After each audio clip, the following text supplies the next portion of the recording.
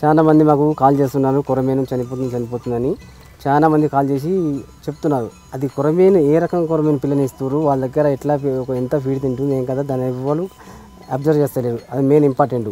First వేయంగానే చెర్లు వేసుకుంటారు. ఆ చెర్లు ఏంది, చెర్ల వేయంగానే దానికి ఫీడ్ కనెక్ట్ ఉండదు, ఎక్కడో ఆగమనం అయిపోతుంది పిల్ల. దానివల్ల ఒకటి చనిపోతుంది. చాలా దిగుబడి చాలా లాస్ వస్తుంది. మెయిన్ టాంకీలో ఒక 4 months పెంచుకున్న తర్వాతనే ఒక 80-90 గ్రాములు అయినాక దాన్ని పౌండ్కి షిఫ్ట్ చేసుకోనుకో, దానికి ఎక్కడున్నా మన సౌండ్ వినబడుతుంది. మెయిన్ ఇంపార్టెంట్ పిల్ల సీడ్ సెలెక్ట్ అనే ఉంటుంది. సెలెక్ట్లో అది ఏ విధంగా ఎన్ని గ్రాములు ముందు వీడు ఆ రోజు ఎన్ని టైంలో వేస్తున్నావు అది అడిగి ఒక రోజు మొత్తం స్పెండ్ చేయండి. స్పెండ్ చేస్తే దాని గురించి పిల్ల గుణగణాలన్నీ తెలుస్తాయి మీకు. మీ ముందు వేసి తినిపిస్తే ఓకే. అది ఇంకో మెయిన్ ఇంపార్టెంట్. పిల్ల కొన్నవారు మాత్రం నైట్ పూట జర్నీ చేయాలి.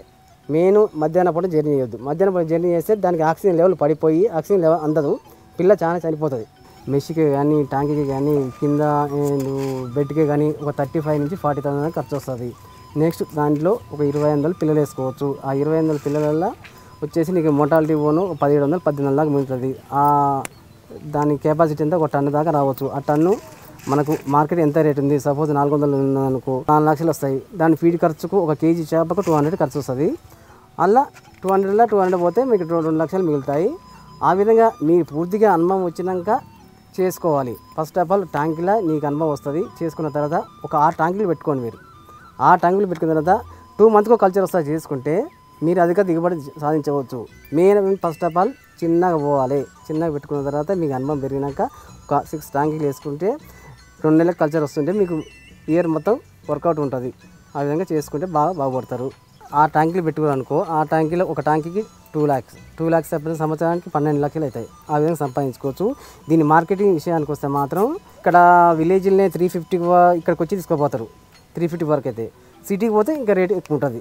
రేట్ ఎంత 400, 450, 500. ఆ రోజు సండే రోజు మాత్రం చాలా డిమాండ్ ఉంటుంది. చేపకు 600 దాకా పోతుంది. 500, 600 మినిమం పక్కన. అట్లా ఆ విధంగా మార్కెట్ చేసుకోవచ్చు. చేపలు మా కాడ ఫస్ట్ బ్యాచ్ మాత్రం ఇక్కడికి వచ్చి కొనుక్కపోయారు. అది గ్రోత్ బాగుంది, దాని టేస్ట్ కూడా బాగుందని ఇక్కడికి వచ్చి కొనుక్కపోయారు. అది ఊరి వాళ్ళకు 500, 550 దాకా అమ్మాము. 500, 550 దాకా అట్లా వచ్చి అమ్మేసాము. అన్నీ సేల్ అయిపోయినాయి. ఇక్కడ విలేజ్ వాళ్ళు మధ్య బేరగాలు ఉంటారు కాబట్టి వాళ్ళకు 350 దాకా చేయొచ్చు. 350 ఇచ్చిన మార్కెట్ విషయం కూడా ఎట్లాంటి డోకా లేదు.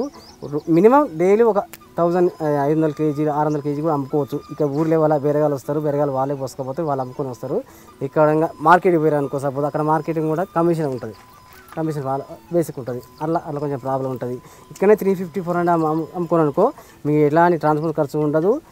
డైలీ రొటేషన్ అయితే మనీ డైలీ వస్తాయి. ఇక్కడ విలేజ్ లేక అమ్ముకుంటే మాత్రం రోజు 200 అయినా 500 అమ్ముకున్నా కూడా రొటేషన్ అయితే మనీ ఎలాంటి ఇబ్బందులు ఉండవు.